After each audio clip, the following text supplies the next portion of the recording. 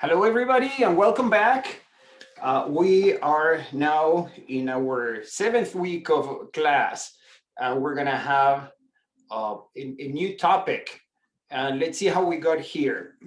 Um, in week one, we saw the energy balances without saying how heat was moved. But in week two, we saw how heat was moved.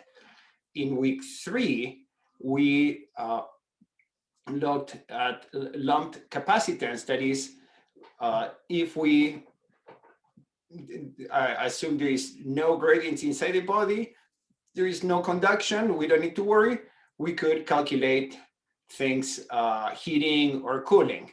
Then in week four, we start to look into, okay, if we have gradients, how would we make a control volume?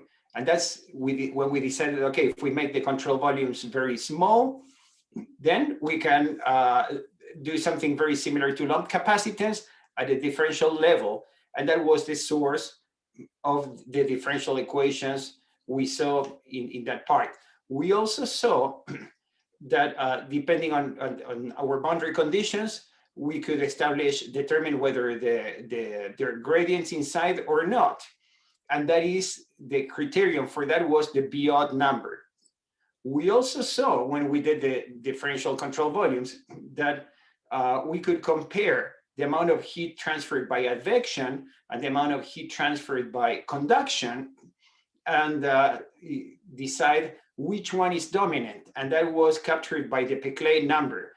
A large Peclet number, typically B odd or Peclet, when we say large, we mean bigger than 10, right? For example, but more than one or much more than one, in those cases means the Peclet number bigger, a large Peclet number much bigger than one, say larger than 10, its conduction dominates. And when the Peclet number is small, say below 0.1, advection doesn't really matter, right? And conduction dominates. High Peclet, advection dominates. Low Peclet, conduction dominates. This is in the direction of flow. And we saw that, for example, in the flow inside the pipe in a heat exchanger, although advection dominates in all the cases we know, the transverse flow, the transverse flow of heat, because there is no motion in the transverse direction in a pipe, then in the laminar flow, in that case, conduction still dominated for the transverse flow. And that was week 4. In week 5, we said, okay, we are going to look now at these differential equations for the case of steady state. So we can take out the time variable. And then we said, okay, when it's the case of 1D, we could define the concept of thermal resistance that was so helpful. And that was what we did in the week 5 of class, to look at thermal conduction, heat conduction in steady state and 1D. Last week, on week 6 of class, we looked at, okay, what happens when we go beyond 1D? And in that case, we could look at cylinders, we could look at spheres, we could use the concept of shape factor and dimensionless heat transfer coefficient to capture really complex geometries in steady state. So before quiz 1, we learned how to look at things that change in time but have no gradients. For this week, your quiz today is how things have gradients but don't change in time. Guess what we're doing now? We're getting into the 2 most difficult weeks of this class. And it's going to be this week and next week. This week, we're going to look at conduction that is in which we have gradients and we have transients. This is the most difficult case. And even the simplest cases, even when the math is easy, we need to wrap our head around this. And the week after this one, we're going to apply this concept to the concept of fluid motion and see how conduction and advection together give us the concept of convection. And we'll learn how to make sense about many tabulated formulas for convection coefficients. So I'm keeping a look at the chat, and please, if something is not, as we discuss these things, if something is not obvious to you or something is kind of shaky, please let me know. I'll try to address it to the whole class. And if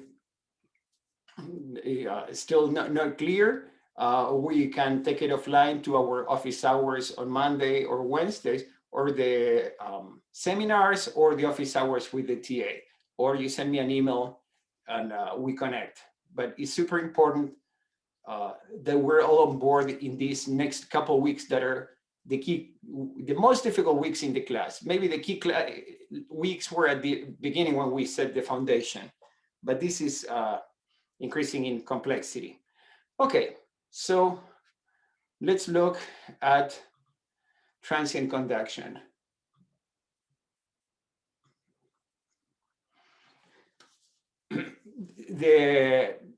The notes are uploaded. I am sure that as we go over them, I might make some corrections here and there, but I'm going to give you a heads up. So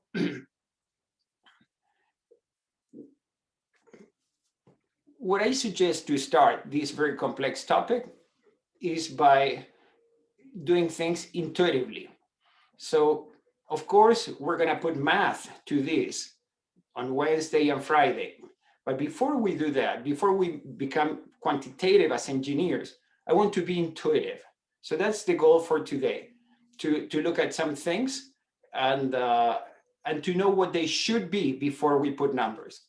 And let's start with a refresher. That is a refresher of what you have for your quiz today. And let's talk a bit about the Biot number. And what's the history with the Biot number? The Biot number, as we saw, let me see.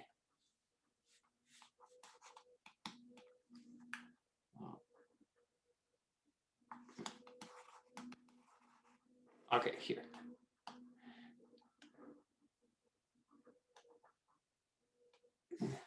The Biot number that has this expression represents something very important, that is the ratio of temperatures between the temperature gradients inside the control volume and the temperature gradient outside the control volume. So if let's see.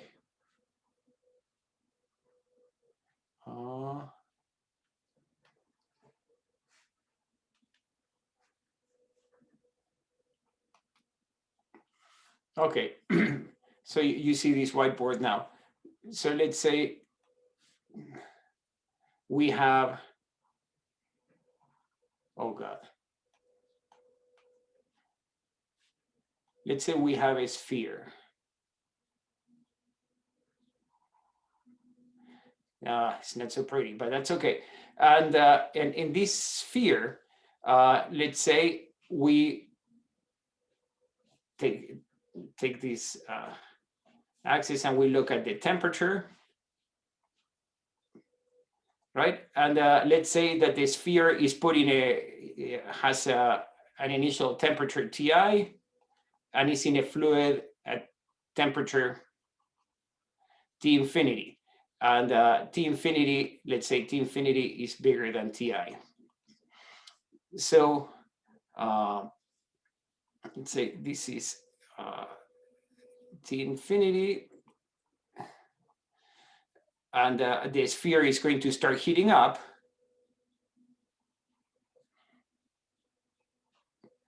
And the sphere is going to have this type of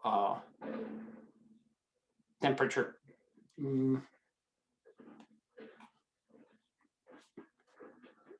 This type of temperature profile.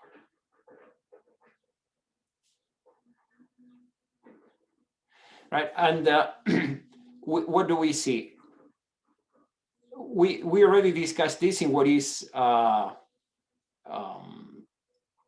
in among the topics of today's quiz, but I'm just doing a refresher here.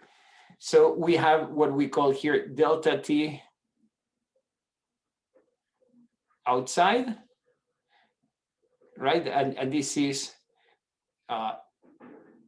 this point here is T surface, and would be delta T outside is T surface, well, would be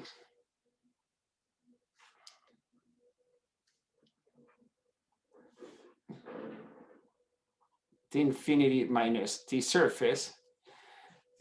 And what we have here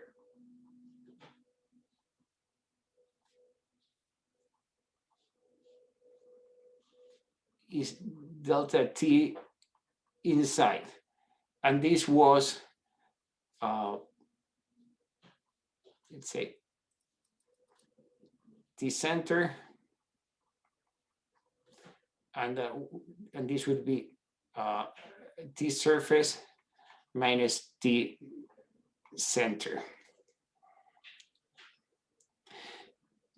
Now, what we are gonna, the Biot number relates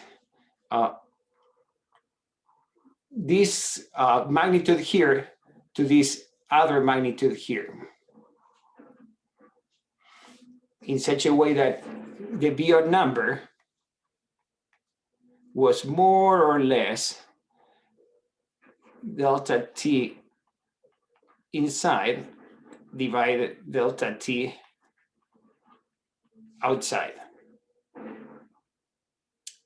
Okay, so if we go back to our notes now,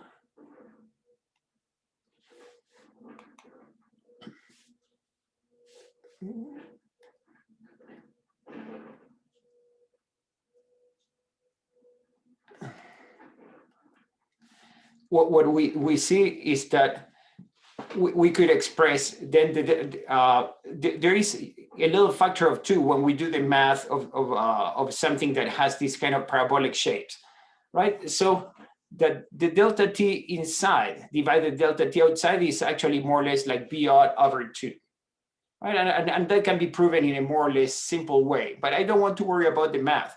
But this is an estimation that gives us a sense of what is the gradient inside the body. This is what for the case of Biot numbers being small. And if Biot small, the delta T inside is very small compared to the delta T outside. Now, and so we would know if Biot number is small, then we can apply lump capacitance. If the Biot number is large, no, we cannot apply lump capacitance. For the case in which the convection coefficient is very high, we can do a similar analysis, and we would get that the delta T outside is 2 over Biot delta T inside. These two formulas are very similar, but see what they say. If the Biot number is very large, what it says is that the delta T outside is more or less 0. That means that the surface is more or less at the same temperature as the fluid, more or less. It's here.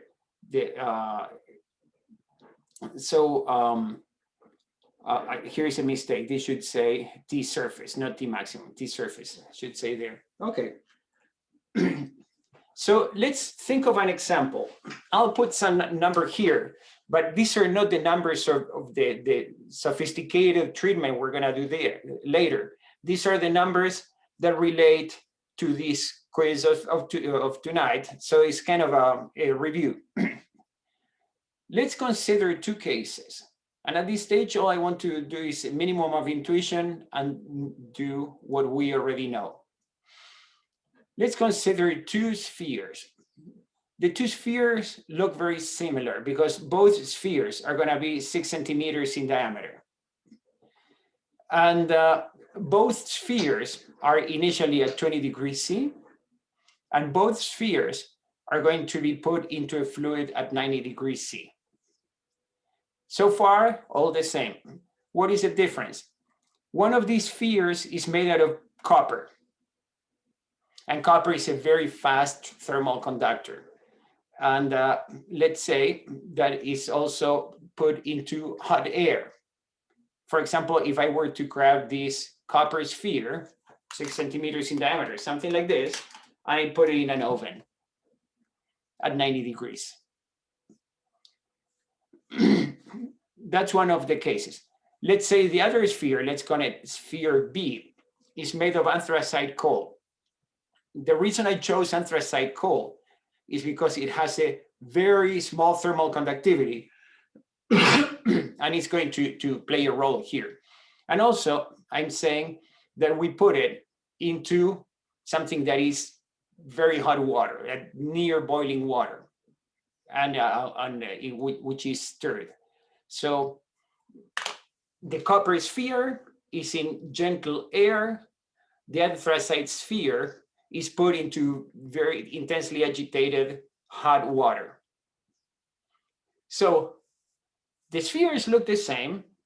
What we do to them is a little bit different, but let's see.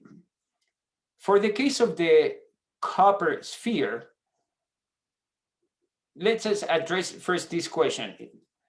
Do we have big gradients inside? Can we use lumped capacitance? When we can use lumped capacitance, we're happy because we go back to week 3 of class. Let's see. What is the criterion for application of a lumped capacitance? That the Biot number has to be small, say less than 0.1.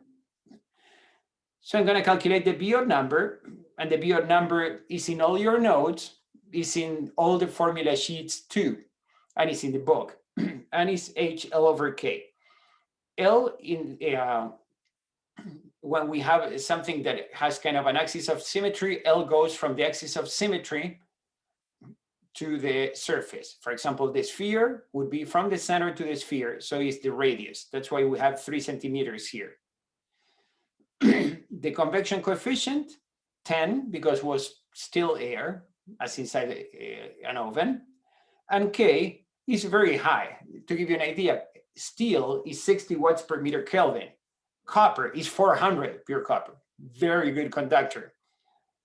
And if I calculate the Biot number, HL/K, plug and chug, what do we get? 0.00075. Very, very, very small, which means the gradient inside is very small compared with the temperature jump outside. This means, yes, lumped capacitance for the copper sphere would be awesome, would be really good. Let's take a look. And in that case, for the copper sphere, you knew everything you needed to know at the end of week 3 of classes. Let's look at the anthracite coal sphere. So H is that of stirred water. That would be 1,000. The diameter is the same. Our radius is the same. And thermal conductivity is 0.26. This is very, very, very small. This is very small. So now I calculate the Biot number. And what do I get? 115.4. For sure, this is not smaller than 1, much less, definitely not much less than 1, not less than 1. It's actually much bigger than 1. And this has implications we're going to see. So from the point of view of heat transfer, 2 spheres that look the same are not the same. One is behaving like lumped capacitance. The other is behaving in a different way. It's not lumped capacitance. What is it? I don't know, but this is what we're going to be discussing this week. So let's go to second step here. Let's look at what the internal gradients would be in this case. So this is, with the exception of these 2 that I'm showing you only now, this is everything we had discussed already in in week 4 of classes for differential control volumes. So the temperature gradient inside, delta T inside, is more or less B out over 2 delta T out. And B out was 0.00075, and temperature outside was 90 degrees, right, of the water, of the air in the oven, minus 20 degrees, the initial temperature of the sphere. And that gives us that initially, the inside gradient in the copper sphere is 0.026 degrees. Didn't we say that lump capacitance applies very well? Yeah, the sphere is going to go from 20 degrees to 90 degrees. And as the sphere does it, as the sphere heats up, the different temperature difference between the center of the sphere and the surface of the sphere is of the order of 0.026 degrees. This is awesome. This is so uniform. And we can apply lump capacitance like we did in week 3 of class. And we never did any fancy math. This is the power of this course, right? This is the power of putting our knowledge in a structured way in which we can give these amazing answers with such a little effort. If somebody said, well, you say this is approximate, I said it's a factor of 2. And if you look at the notes, this would be exact for the case of a plane wall. It's only approximate for a sphere. What's the problem? Imagine I'm off by a factor of 10, and instead of being 0.026 is 0.26. Still very flat, a very flat gradient. So I don't need to worry much more about it. I know I can apply lump capacitance, and I do it, and we'll be happy. Let's look at the case of the anthracite sphere. For the anthracite sphere, we saw that we cannot apply the lump capacitance approach. And we also saw that the ratio between the gradient inside and the temperature jump outside was taken in which the temperature inside was very big and the jump outside would be very small. And we had a formula to estimate it, right? We said that the delta T out, right, would be given by this expression. That is the twin expression from this previous one we have seen for calculating inside temperature when we are near lump capacitance.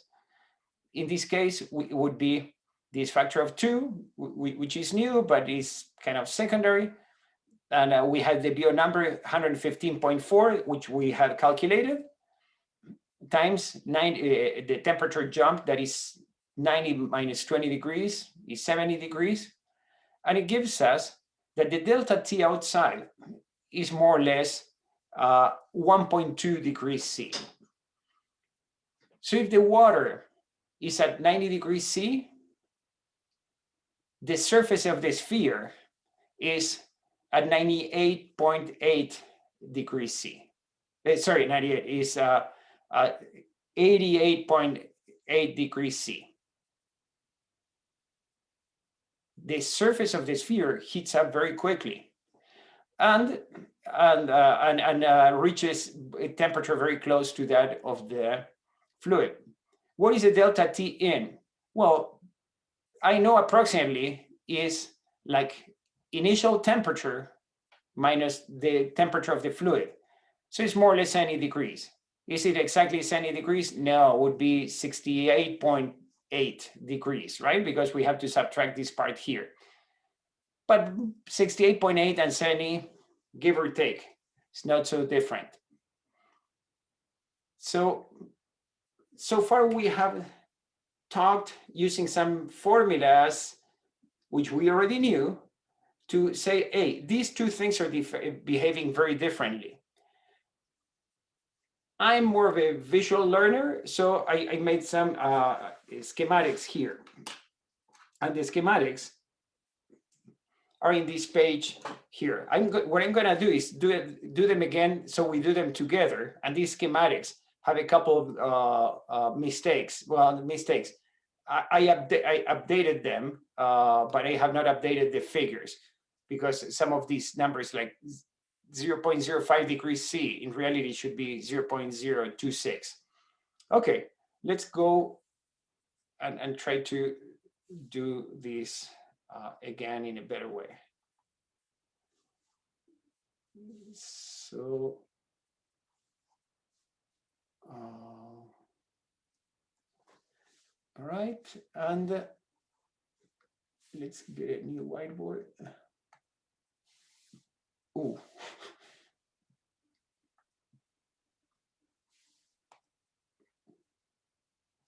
Okay, here we go. And let's consider the case of, let's consider, here we have a sphere. And let's mark the axis of symmetry here.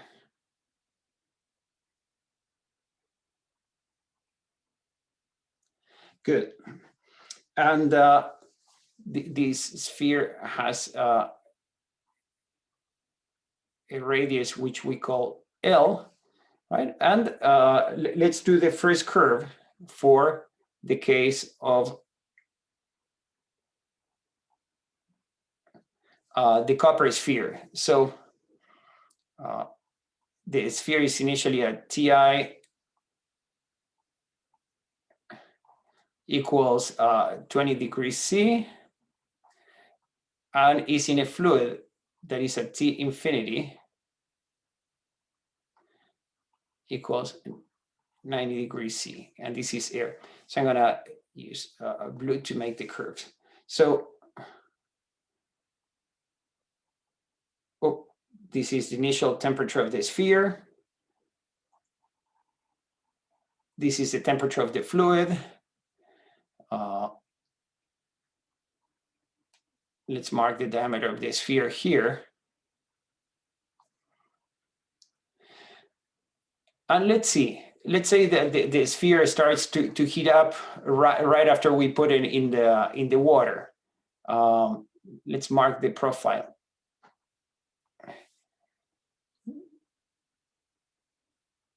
So it would be something like this, in which this is the temperature profile of the sphere.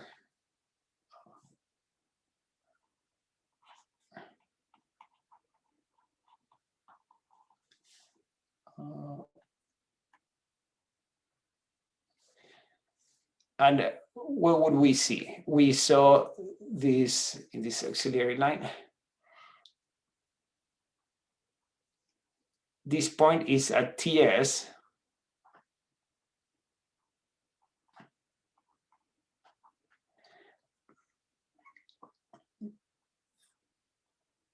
And we see this would be delta T out.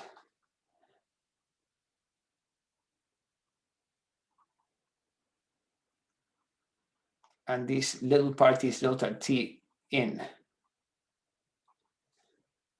We said that delta T in was more or less 0.026 degrees C, right? Very small. And this difference here between T out, the delta T out is almost 70 degrees. So, right, this is at shortly after sphere is in hot fluid.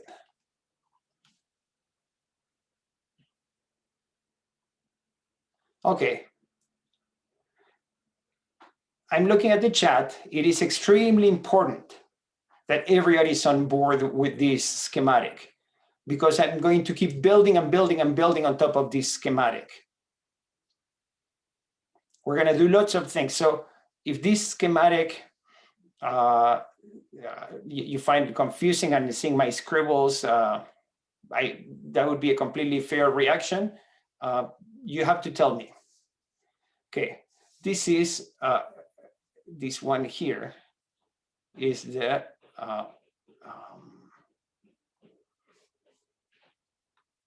this was the copper sphere. Let's look now at the case of the anthracite sphere.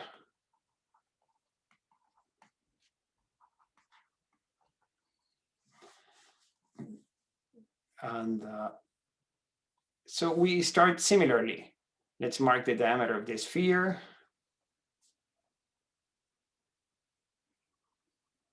Let's mark the initial temperature.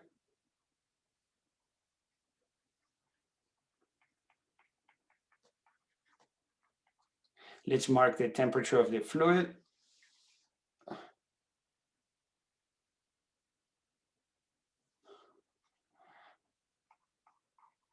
Thank you for the question. I see that it made sense by itself, but please, anybody who has questions, let me know. 90 degrees C. Okay, so this axis is still a temperature axis, the vertical axis. Huh? And this width here is L. Here is L. Okay.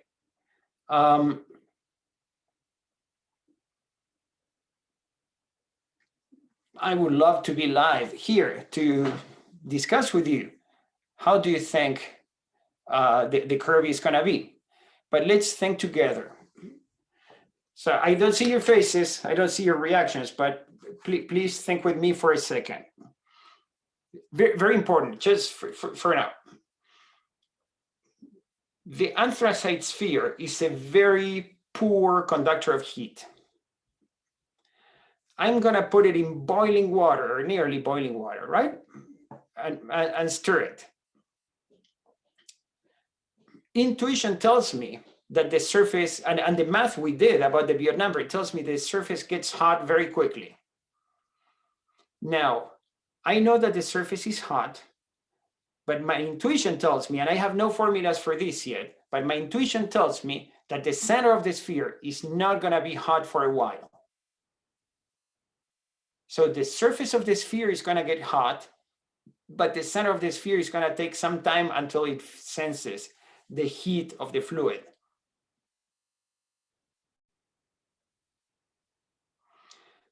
So let's put this, let's make it count. Let's make this line a little bit lower.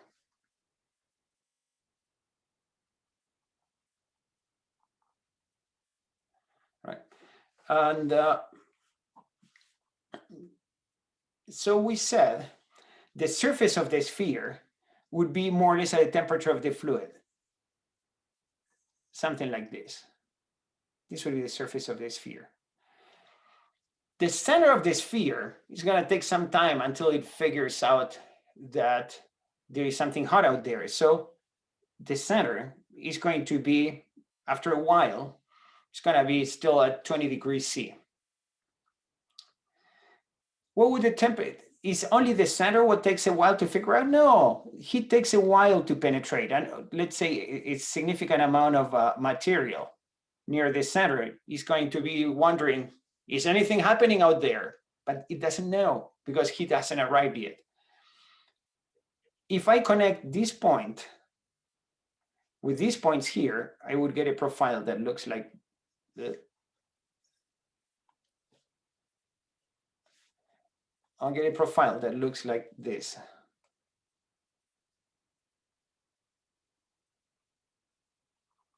Oh, gosh.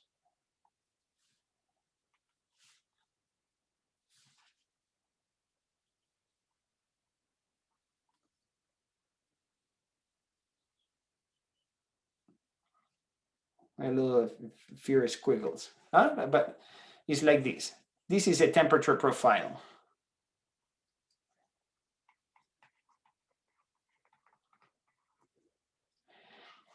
these two profiles are very different from each other. What are the differences? The differences are, let's start here. The delta T at the surface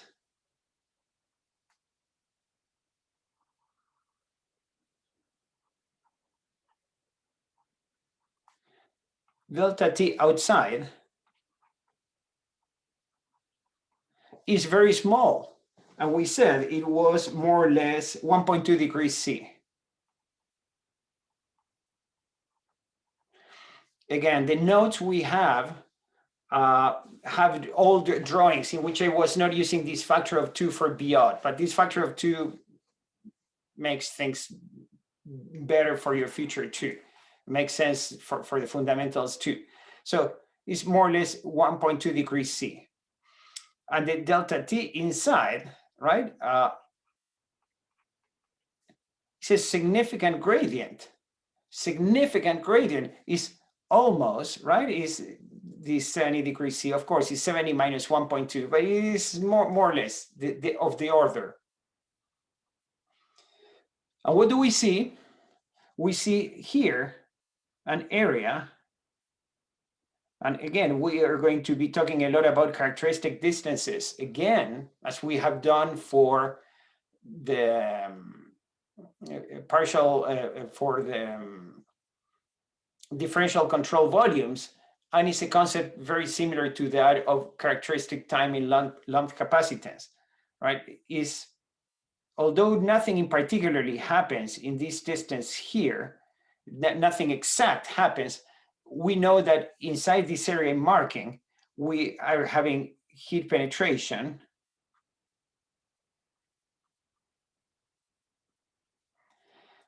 And in this area here,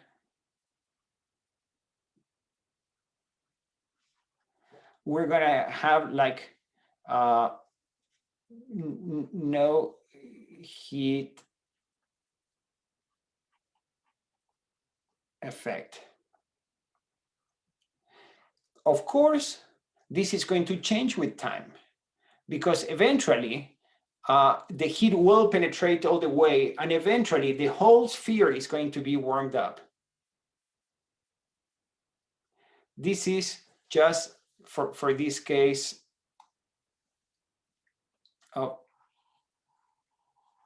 shortly after the sphere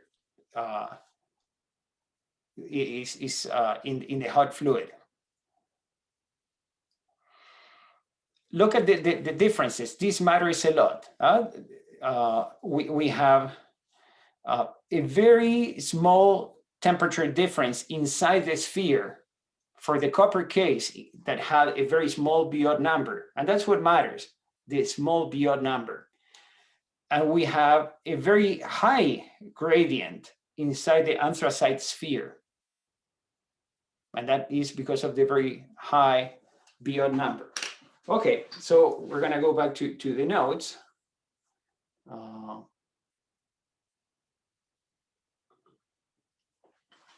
Right, and we're going to see how things heat up. And let's look at the case of the copper sphere that has a very small Biot number. And that is what you did on what we discussed on week 3 of class, and is what you all got like amazing results for quiz 1, right? So for this, we're good. And what do we see? We start at 20 degrees C. We start at 20 degrees C. We start to heat up, but of course we cannot heat up forever because as we approach the temperature of the fluid, we saturate. We already know that this is an exponential curve, and we know it has a characteristic time associated with it, which we know how to calculate, and I do it here.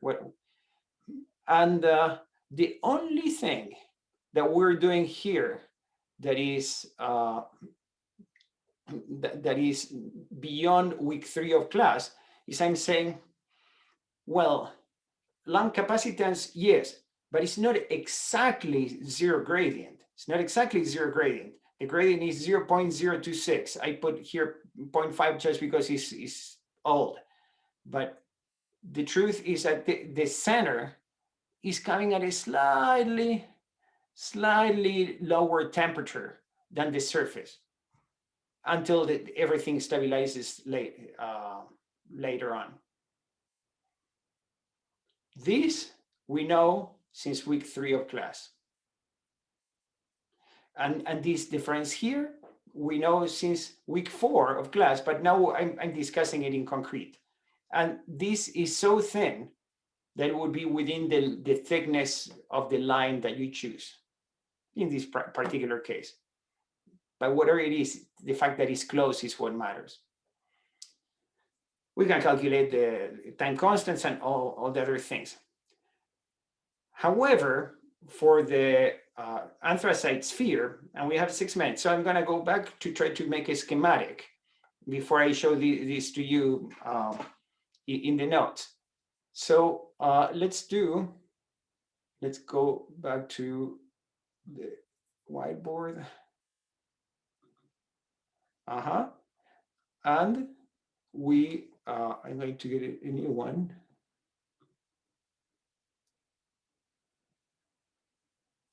Okay, and let's see what we have. So let's make a plot of temperature as a function of time for the anthracite sphere.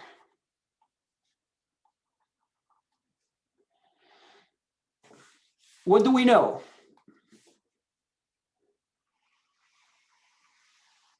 We know we start at Ti equals 20 degrees C. We know we have a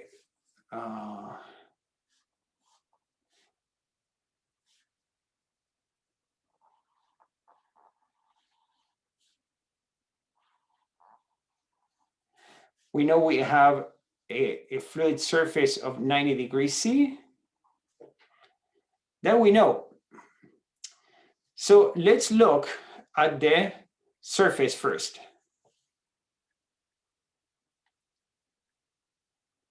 So let's look at the surface first. What do we know about the surface? I'm going to make it in red. This is surface. We know that the surface at time 0 is at 20 degrees C. We know that it heats up very quickly.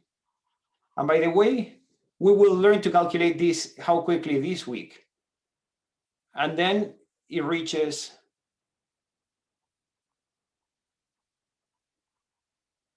the temperature of the fluid, or more or less, right? This is the surface.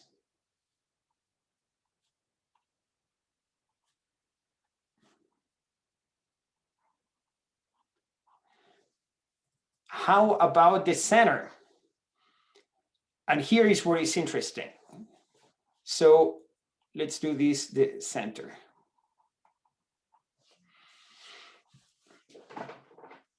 At the beginning, the center is at 20 degrees C. We'll agree on that. For a while, the center doesn't notice the sphere was in boiling water, because the heat takes a while to get to the center. In the case of the copper, it comes so quickly because the Biot number is so small. But in this case, that the Biot number is very high, means the surface reacts quickly, but the center is very sluggish. So the center is saying, oh, I don't know what's going on. I don't know what's going on. Nothing's going on. Okay, eventually the heat reaches the center. At some point it will reach the center, whatever time it is, which we'll learn to calculate. And then the temperature starts to go up gently. And of course, the temperature can never exceed the temperature of the fluid. Well, I said it couldn't, so let's stick to it.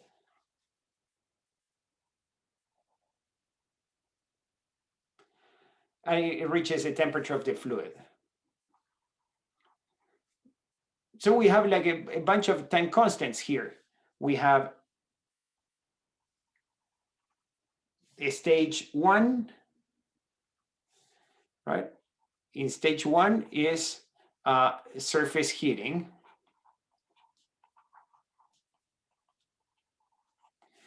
And then we would have stage 2, right?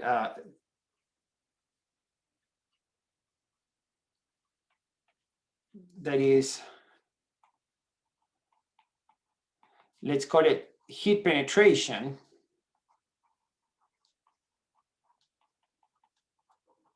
And the heat is moving towards the center, but the center still hasn't noticed. And then we have this stage 3.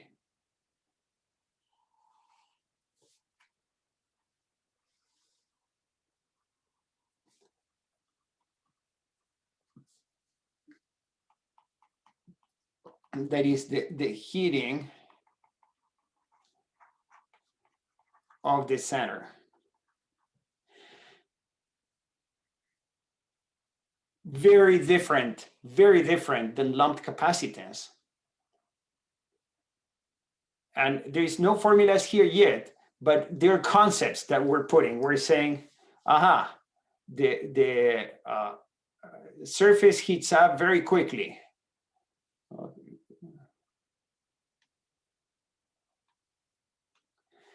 The surface heats up very quickly, but the center takes a while to figure this out. And after a while, the center starts to heat up until it catches up and everything is uniform. All right, timing is perfect. I'm going to stop here, take a 10-minute break, and I'll be back at 2 for office hours to discuss anything you wish from today's class to the material for the quiz tonight. I'll be from 2 to 2:30, and everybody's welcome to join.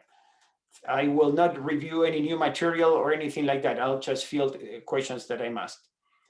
Thank you very much, and we can stop here.